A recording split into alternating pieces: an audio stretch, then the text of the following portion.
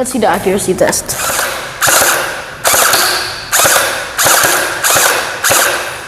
Don't use the sights. Just use the bullet as tracers. So it's better if you try to equip a tracer unit on.